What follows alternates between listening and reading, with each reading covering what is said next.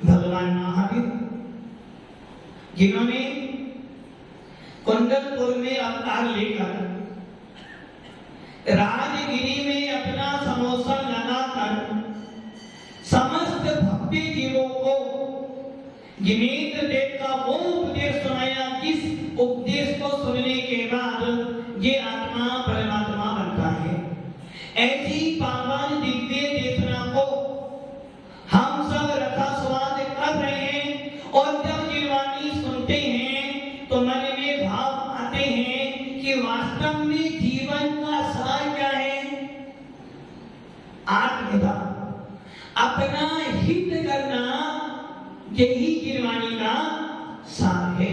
इसलिए बार बार आचार्य भगवत आपको संबोधन दे रहे हैं कि हे भक्ति जी, अपने भावों में थोड़ा सा परिवर्तन ले आओ, अपने भावों में थोड़ा सा परिवर्तन ले आओ। यदि तुम्हारे भावों में थोड़ा सा परिवर्तन आ जाएगा तो तेरा संसार का मार्ग दब जाएगा, और जब तेरा संसार का भाव दब जाएगा तो तेरे मोक्ष का भाव उत्पन्न हो जाएगा, और जिस दिन तेरे अंदर मोक्ष का भाव उत्पन्न हो जाएगा उसी दिन तेरे को सम्यक दर्शन के प्रति लगाव हो जाएगा। इसलिए आचार्य भगवान कौन स्वामी ने अपने अष्टपाव में लिखा, दंतन भट्टा भट्टा दंतन भट्ट से नथी निवारण। यदि वास्तव में आपको शांति का वेदन करना है, वास्तव में आपको सुख शांति चाहिए, तो आपको सबसे पहले अपनी मान्यताओं को बदलना होगा। आपको कुछ काम बदलना नहीं है, जैसे जीवन अभी जी रहे हो वैसा ही जीवन जीना है, मात्र अभिप्राय बदलना है। एक सेठ जी थे अरविंद जी, नया मकान लेने के मन में भाव आया और एक मकान देख लिया, और एक मकान देखा, बेटे से बोला बेटा ये मकान लेना है, इसकी बातचीत करके बयाना देकर आना। बेटे को बोल के सेठ जी चले गए। अचानक रात में उस मकान में आग लग गई। अब तो सेठ जी के मन में क्या भाव आएंगे? वो मकान किसका है? वो मकान सेठ जी का है। क्यों? बयाना दिया ही ना।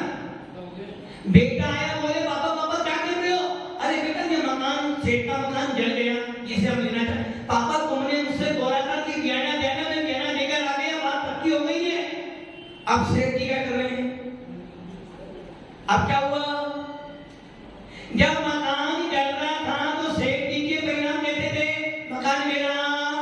अब जब बेटे ने बोला पापा आपने मेरे से बोला था कि बयाना देके बात पक्की कर लेना, मैं बयाना ले आया आपके मकान। अब क्या हुआ? सेठ जी के परिणाम खराब हो गए। मेरा मकान जल रहा है, मेरा मकान जल रहा है। तेरे मकान जलने से तेरा क्या जला? कुछ जला तुम्हारा क्या? इतने में छोटा बेटा बोला पापा पापा क्यों रोती हो? बोले बेटा ये कल मकान का सौदा किया था, पूरा मकान जल रहा है, अपन को लॉस हो गया। अरे पापा जलन मत लो, जो सेठ जी को बयाना देकर आए थे ना, मैंने रात में कैंसिल कर दिया। अब क्या हुआ सेठ जी को? क्या हुआ सेठ जी को? क्यों? मकान तो वही है ना, मकान अभी भी जल रहा है। पहले जल रहा था तो रो रहे थे, अब जल रहा तो हंस रहे हो। क्या हो गया? क्या हुआ? क्या सौदा कैंसिल करने से मकान नहीं जल रहा? मकान को जल रहा है। क्या हो गया? आपके परिणाम उथल पुथल हो गए। जब ये पता चला कि मकान मेरा है तो आपकी आत्मा बाहर निकल गई, और जब मालूम पड़ा मकान हमारा नहीं है तो क्या हो गया? आत्मा वापिस। इसका मतलब क्या हुआ? इसका मतलब ये हुआ वस्तु मात्र निमित्त है, परिणाम तुम्हारे हैं। मकान वही है, जल भी रहा है, मात्र तुम्हारे भावों ने क्या कर लिया? जब भावों ने दिखाया कि मकान मेरा है, तब तो परिणाम तुम्हारे खराब हो गए, और ये मकान मेरा नहीं है तो परिणाम। अब आप ये सोच लो, एक छोटी सी वस्तु से जब आपके परिणाम इतने बदल सकते हैं, तो अभी आप अपनी आत्मा रूपी मकान को देखोगे तो आपके परिणाम अच्छे बन सकते हैं। इसलिए आचार्य भगवान बार बार संबोधन दे रहे हैं, अपनी मानता को मजबूत रख, अपने भावों को अच्छा बना।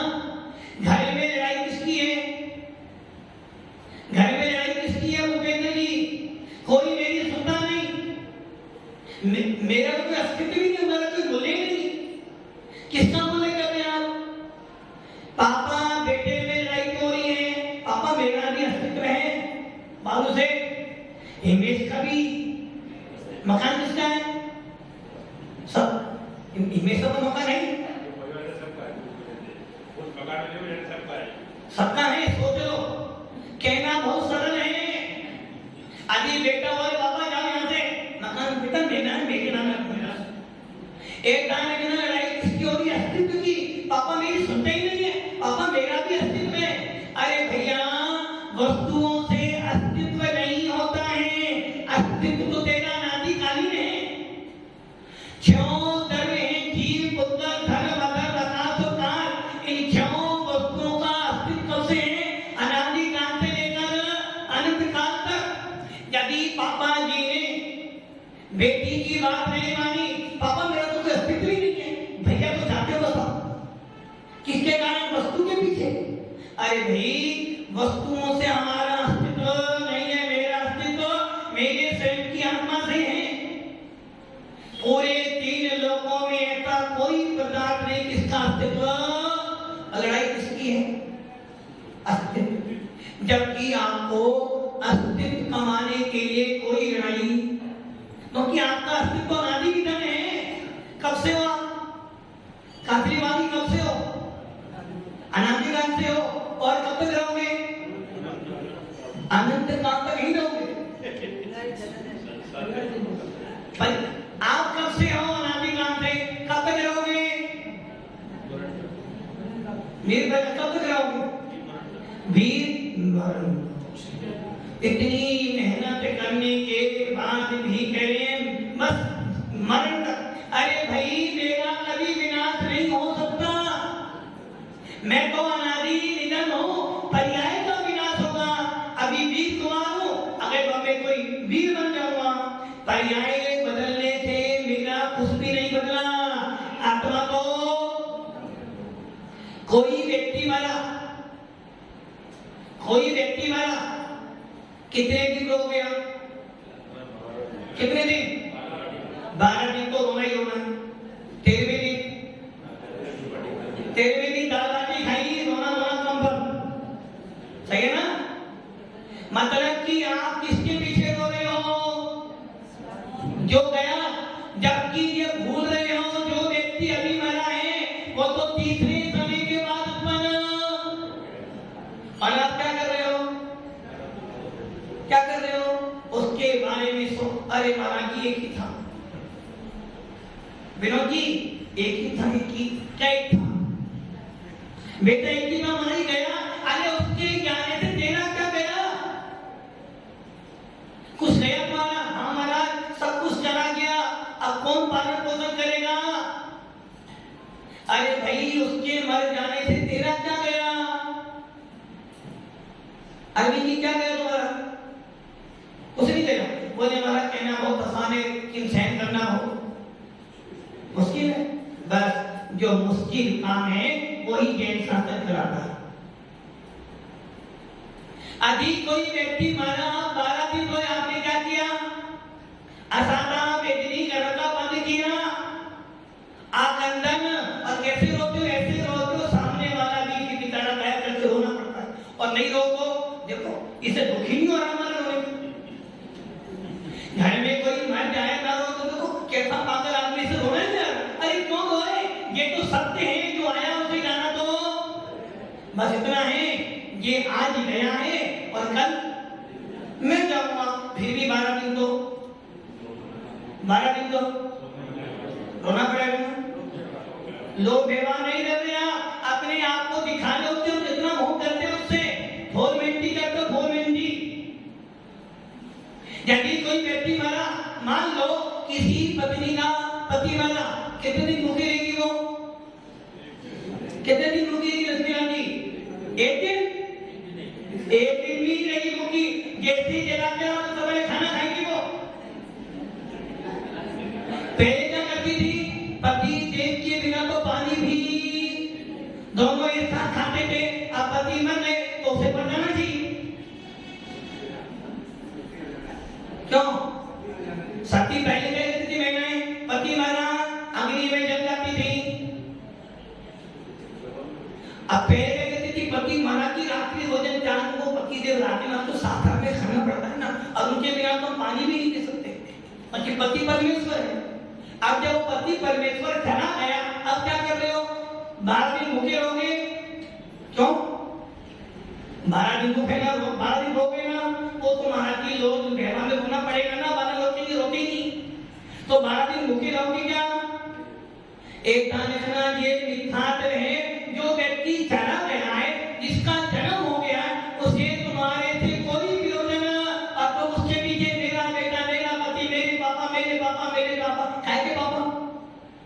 वो कहे ना, जब उन पापा को तुम्हारी चिंता नहीं हुई तो तुम उनकी चिंता कर करके अपना कर्म को मानते हो। ये भी आपकी मान्यताएं गलत हैं। नवीन जी, मर जाने पे बाल दान करते हो, मर जाने पे बाल दान करते हो, खाली का साथ में बाल दान करना, और ना करो तो अच्छा ये बाल आपने किसको दान करे? मरने वाले को। ये आपने बाल जो दान की किसको करे? और बाल दान भी कौन करता? महिला करती है, पुरुष ही करते हैं। आखिर क्यों? ये मात्र आपका लोक व्यवहार है, जैन शासन की मान्यताएं नहीं है।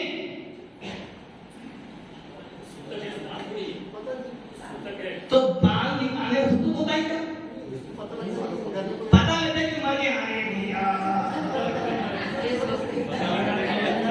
मतलब कि पता लग जाए इसलिए आपने बाल उतारे। मतलब कि यदि कोई व्यक्ति गर्मी में बाल उतारेगा तो सुने कि मर गया, उसके यहाँ फिर क्या? हमारे काफी में तो बाल ही नहीं है, फिर कैसे हो गया? ये ध्यान रखना, कुछ मान्यताएं हमारे यहाँ आज भी गलत चल रही हैं, और इन गलत मान्यताओं को सपोर्ट करना ही हमारा कहीं ना कहीं मिथ्यात्व का पोषण करता है। मान्यताएं घर वाली हो या घर वाली हो, मान्यताएं तो सारी की सारी गलत ही होती हैं। जो मान्यताएं सम्यक को बढ़ाती हैं, जो मान्यताएं मोक्ष मार्ग को बढ़ाती हैं, जो मान्यताएं कसाई काम करती हैं, जो मान्यताएं गुलिस्तानों को बढ़ाती है, वो मान्यताएं तो हमारी सम्यक हैं, किंतु जो मान्यताएं विशुद्धि कराती हैं, गुलिस्तान गिराती हैं, कसाई उत्पन्न करती हैं, वो सारी मान्यताएं मिथ्यात्व हैं, मिथ्यात्व हैं। 12 दिन तक रोना धोना और फिर वाल्मीकि की तेल में क्या करा आपने? फोटो लगाई, माला बनानी छुट्टी, क्या तुम आराम से रहो। भव्य आत्माओं, मान्यताएं बदलो। और रही बात कि बात उतारने से मालूम पड़ता कि हम मरने आए, अरे भाई किसी को दिखाने के लिए धर्म मत करो, अपने आप को देखने के लिए धर्म करो। अभिषेक भी लोग क्यों करते हैं? लोग हमें देखें। दान भी क्यों दे रहे? लोग हमें देखें। और ये नहीं सोच रहे आप दूसरों के दिखावे के लिए काम करते हो, परिणामों की मलिनता। और परिणामों के मलिनता होने पे क्या फल मिला? 0। और यदि परिणाम अच्छे हो, दुनिया देखे या ना देखे, यदि आपके भाव बढ़िया है तो कर्म विजरा आपकी होगी। मुनि राजों को अपने 28 गुण का पालन करना है, 2 बार प्रतिक्रमण करना है तो करना है। कोई आए अथवा कोई आ जाए तो भी करना है, नहीं आए तो भी 4 बार स्वाध्याय करना है। तो अब कोई आता ही नहीं तो स्वाध्याय क्यों करें? दिखाने के लिए मुनि नहीं मिले हैं, आत्मा अनुभव करने के लिए मुनि राज बने हैं। इसलिए भव्य आत्माओं, भाव तुम्हारे हैं और ऐसे भाव 5 प्रकार के थे। औपसेवी, छाई, 6 औपसेवी, औदायिक और पारिणामिक। मोहिनी करम सबसे ज्यादा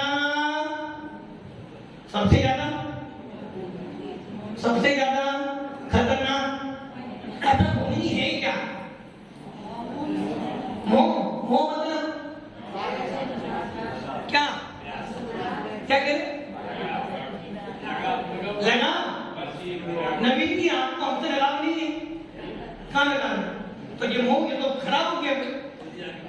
अच्छा, यहाँ आकर बैठे, अरे भाई सिद्धालय में जाकर बैठ गए तो फिर भी लगाव नहीं हुआ। मोह मैंने लगाव नहीं है, मोह मैंने प्रेम नहीं है, मोह मैंने है तुम्हारे अंदर का बैठा हुआ अपना अहंकार। इसलिए ये मत बोलो मोह मैंने, आपकी मान्यताएं गलत हो रही है। यदि आपको बोल दो ना, रहे सदा सत संगे मुनि का, ध्याने मुनि का नित्य रहे, उन्हीं जैसी चर्या में ये चित्त सदा। आपको लगाव है? विनोदी लगाव किससे? सबसे विनियमित। यहाँ क्या कह रहे हैं? रहे सदा सत संगे मुनि का, किनका? किनका? विषयों की आशा नहीं, जिनके सामने भाव धन रखते हैं, निज बल के निज साधन में जो इस दिन तक बल रहते हैं। किनसे लगा होना चाहिए आपको? मोक्ष मार्ग के नेताओं से लगा होना चाहिए। और आपका लगाव किससे है? किससे? विषय कथाओं से नहीं है, आपको अपने अहंकार से लगाव है। एक था लगना, यदि आपका लगाव मोक्ष मार्ग से हो जाए, यदि आपका प्रेम मोक्ष मार्ग से हो जाए, तो आप अभी मोह को तोड़ दो। मोह है क्या? कोई वस्तु है क्या? मोह तुम्हारा परिणाम है, तुम्हारा भाव। जब घर वाले कहते ना भोला मरता भी नहीं, तब लगता है कि नहीं, वास्तव में गलती की, पहले घर छोड़ देते को। जब दुख आता है तो वैराग उत्पन्न होता है, और जब सुख आता है तो वैराग। इसलिए भव्य आत्माओं, तुम्हारे भाव ही तुम्हारा मोह है और तुम्हारा भाव ही तुम्हारा सम्यक दर्शन है। इसलिए आचार्य करें, जितने मोह को दबाया है, जितने राग देश नहीं, मोह मैंने मिथ्या, राग देश अलग है और मोह अलग है। कहीं गलत हो रही है? राग देश मोह अलग अलग एक ही है। भूपेंद्र जी ये क्या अलग है? एक ही है ना, गलत हो जाएगा। मोह अलग है और राग देश, मोह मैंने प्योर प्योर प्योर प्योर मिठा, राग देश मैंने चारित मोहिनी। सबसे पहले आपको क्या करना है? मोह तोड़ना है, दर्शन मोह तोड़ना है, मिठास तोड़ना है आपको। आज इस दिन मिठास टूट जाएगा, उस दिन आपके पास में मात्र बचेगा राग और द्वेष। जब कोई जीव राग देश को विनाश करने का उत्साह करता है, तब धर्म करता है चारित्र। इसलिए सबसे पहले मोह को, आज ये मोह टूट जाएगा। इसलिए तो आचार्य कह रहे हैं दर्शन भट्टा भट्टा, दर्शन भट्टे से नदी निर्वाणा। जिसका मोह नहीं टूटा है, जिसकी मानता नहीं बदली है, वो कभी मोक्ष को प्राप्त मोक्ष में है लेकिन पतन में सीरी या बिनी जाने चरित्रा। मोह बलवान है, यदि मोह तोड़ दिया तो तुम मोक्ष मार्ग पे खड़ा हो गया। इसलिए अपने इसलिए आचार्य बार बार कह रहे हैं सबसे पहले मोह को दबा, और जब मोह दबेगा तो औपसमिक भाव उत्पन्न हो जाएगा। और जिस दिन औपसमिक भाव उत्पन्न हो गया, उसी दिन तेरा मनुष्य पहले से सीधा चौथा या सातवां। किसको रोकना है? 8 कर्म है, ज्ञानवंडी आदि 8 कर्म। इन 8 कर्मों से मात्र एक मोहिनी कर्म है जिसको आप दबा सकते हो, अन्य किसी कर्म को नहीं दबा सकते। यदि मोहिनी दबा दिया तो मुमुक्षु बन गए, मोहिनी दबा दिया सम्य दृष्टि बन गए, और मोह को दबा दिया तो समझ लेना अब आपके पास मिथ्यात्व कोई स्थान नहीं है। किसको दबाना है? आप किसे दबाते हो? वस्तु को दबाते हो। तू नीचे बैठ कर, तू बदल जा। अरे भाई तू उसे मत बदल, वस्तुओं के बदलने से तेरा मोह बदलने वाला। यदि तू मोह बदल लेगा तो अपने आप वस्तु तो वही है, आपकी दृष्टि बदल जाएगी, और दृष्टि बदली नहीं, सबका सब अपने आप। आपको कुछ करना नहीं है, बस आपको एक बार अपने मोह को तोड़ना है, अपनी मान्यताओं को बदलना है। तो ये था औपचारिक भाव। अर्थात औपचारिक भाव क्या करना है? आपके आत्मा के अंदर जो रत्नत्रय की सामर्थ्य बैठी है, जो आपके अंदर भेद विज्ञान बैठा है, जो आपके अंदर केवल ज्ञान की शक्ति बैठी है, उसको प्रकट होने में सबसे ज्यादा रुकावट कौन डालता है? मोह। और मोह आया कहां से? मोह कहां से आया? लक्ष्मीलाल जी, मोह कहां से आया? अंदर से। तो परिणाम कहां से आया? भाव कहां से आए? अंदर से। भाव किसके? तुम्हारी प्रेरणा भाव। कभी कभार तो ऐसा लगता है आज मेरे भाव, आज मेरा दिन बहुत अच्छा है, आज मैं सवेरे सवेरे महाराज के दर्शन करने गया, मेरा दिन बहुत अच्छा है। सही है ना? तो महाराज जी ने क्या किया? महाराज जी ने क्या कर दिया? और आप गए मंदिर में और महाराज जी ने आपको 2 बातें सुना दी, आपको सवेरे न जाने किसका मुंह देखा, पूरा नहीं सकते। क्या हुआ? जब महाराज के पास गए दिन अच्छा गया, और जब महाराज ने कुछ सुना दिया तो दिन खराब गया। आखिर महाराज ने करा क्या? कल्याण जी क्या करा महाराज जी ने? कुछ भी नहीं किया, फिर भी सेवा कर रहे महाराज। हमने तो नहीं किया, मतलब कि महाराज कुछ करते ही नहीं, महाराज कुछ करते ही नहीं। अरे भाई सारा काम तो महाराज ही कर रहे हैं ना महाराज होते ना तुम यहाँ होते। आज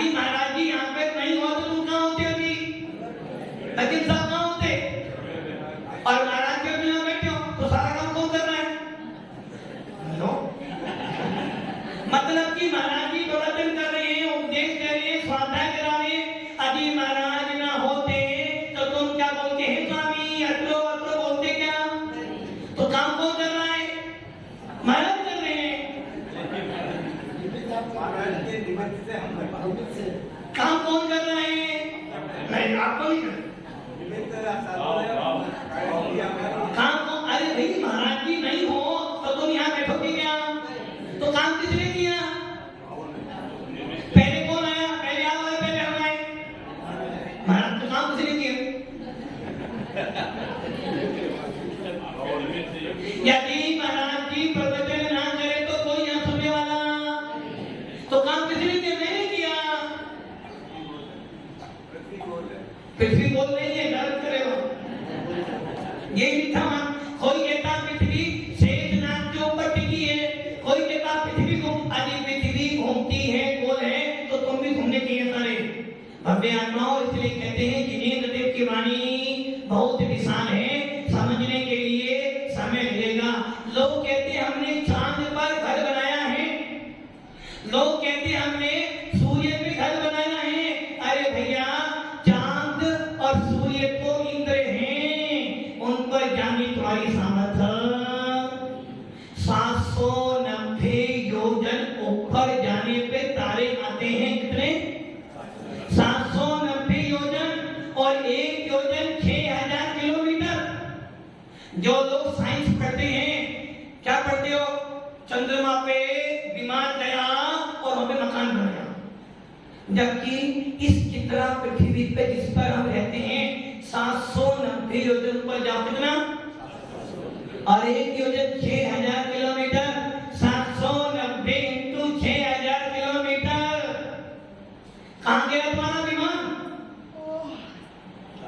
और 790 तो पहले तारे आएंगे, उसके बाद आएगा तुम्हारा चंद्रमा सूर्य, उसके बाद तो फिर मंगल ग्रह और ऊपर कहाँ जाओगे? इसलिए भव्य आत्माओं, इसलिए आचार्य कहे हैं सबसे पहले परिणाम बदलो, श्रद्धा मजबूत करो। किनके प्रति?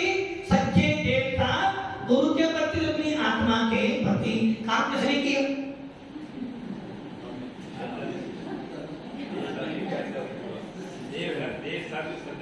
काम किसने किया? मैंने तो किया, बैठे बैठे नंबर। अरे भैया किसी के करने से कोई काम नहीं होता, मेरे करने से ही काम। और आवश्यकता है नियमित संबंध स्थापित है कि महाराज जी आए और हमारे परिणामी बन रहे हैं, अपने समय का सदुपयोग कर रहे हैं। महाराज अपना कुछ साथ कर रहे हैं, मैं अपना कुछ साथ। किंतु काम तो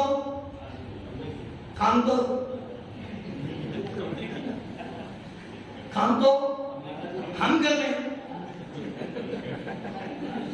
आप काम नहीं कर रहे हो। काम तो हाँ नियमित करना, नियमित के बिना काम, नियमित अपना काम कर रहा है। उपादान दोनों एक दूसरों के साथ में बने हुए हैं, इसलिए किसी को ज्यादा किसी को कम नहीं करना। इसलिए भव्य आत्माओं अपनी मान्यताएं बदलो, अपने मोह को दबाओ। उपेंद्र जी ध्यान घटा घटता घटी, घड़ी का काम, अपना काम। यदि आप वहां जाओगे तो क्या हो जाएगा? घटना घट जाएगी, और घटना घटने से क्या हो जाएगा? आपका मोक्ष मार्ग, काम ही हट जाओगे मोक्ष मार्ग से।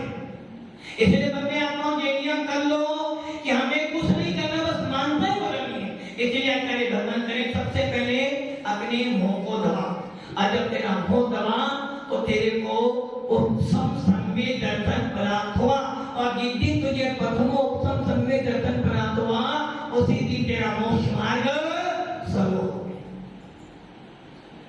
और सबसे लास्ट में कौन सा रखा है? पारिणामिक भाव। अच्छा ये सोचो, आपके पास 5 भाव हैं। एक बच्चा स्कूल में पढ़ता है, उसे सीए बनना है, वो क्या करेगा? दिन में 24 घंटों में लगभग 19 से 20 घंटे तो वो क्यों पढ़ाई करेगा? सीए बनना है, मेहनत करेगा। और जिस दिन सीए बन जाएगा उस दिन वो पढ़ाई, वो किताब हाथ में लेना नहीं जाएगा। वैसे ही आपके पास 5 भाव हैं। इन 5 भावों में से आपको कौन से भाव के लिए पुरुषार्थ करना है? 5 भाव के वो से भी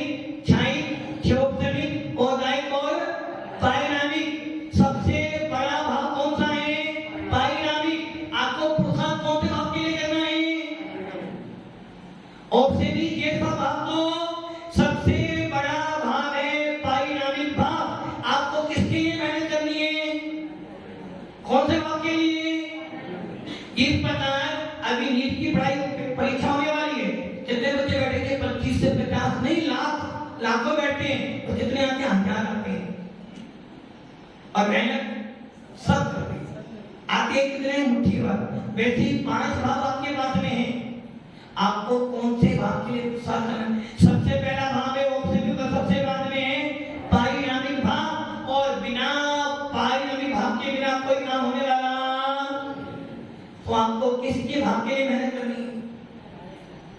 विनोद जी, गणेश जी, भूपेंद्र जी,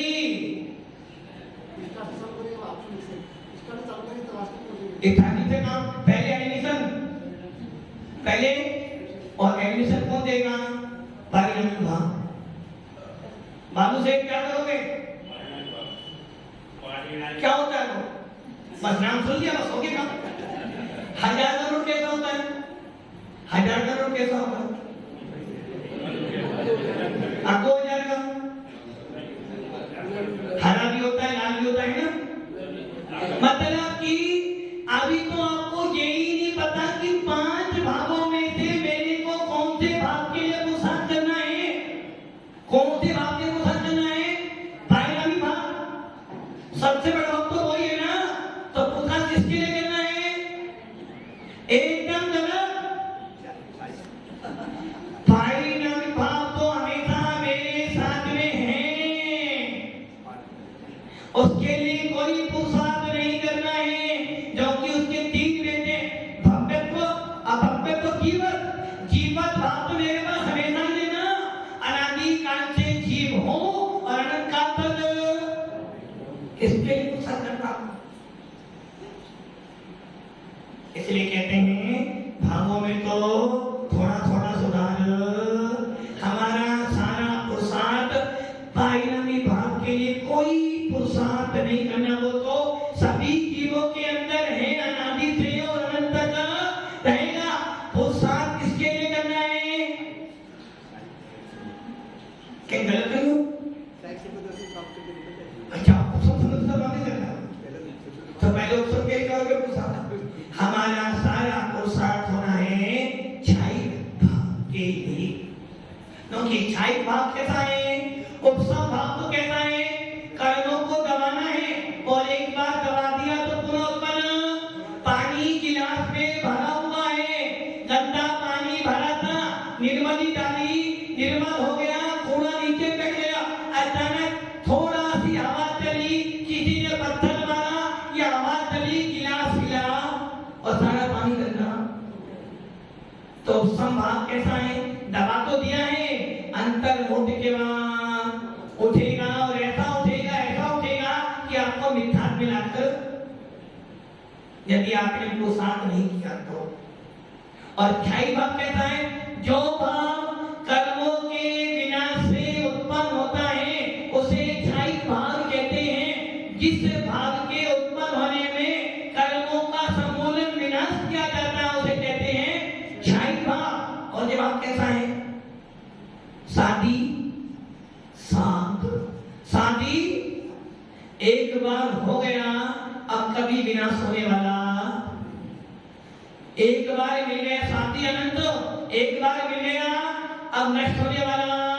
यदि एक बार आपने 28 दर्शन प्राप्त कर लिया, यदि नरक भी गए तो प्रथम नरक के बिना चौथा को स्थान तो तुम्हारा रिजर्वेशन, मतलब कि फर्स्ट एसी। तो आप किसी भी ट्रेन में जाना, आपको फर्स्ट एसी तो मिलना ही मिलना है। भले आप बुकिंग कराओ या न करो, आत्मा तो बच जाओ। फर्स्ट एसी जैसे नेता लोग होते ना, कभी भी जाते हैं तो एसी तो उनके लिए पहले ही खुश है।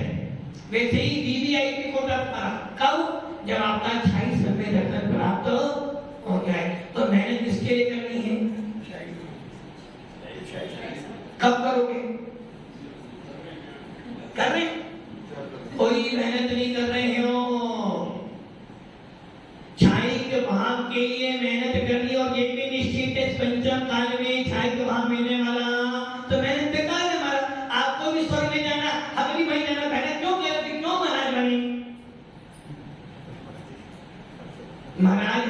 महाराज ने बोली हाथी वाली बात फिर शेर मन तो दान दिया हाथी बना और उस राजकुमारी ने मात्र एक मुट्ठी आटा दिया था वो राजकुमारी बनी। वैसे मुझे आप तो इधर बन जाएंगे तुम हाथी बन जाओगे। फिर कहेंगे महाराज चल भाई मुझे जाना नुंगर को हाथी बन तुम हाथी बन गए।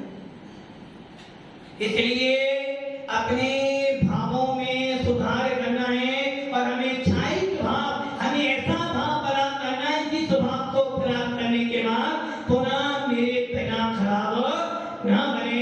यदि ऐसा कर लिया तो समझना आपकी फतेह हो गई। इसलिए परिणामों में सुधार लाओ, भावों में थोड़ा तो सुधार कीजिए।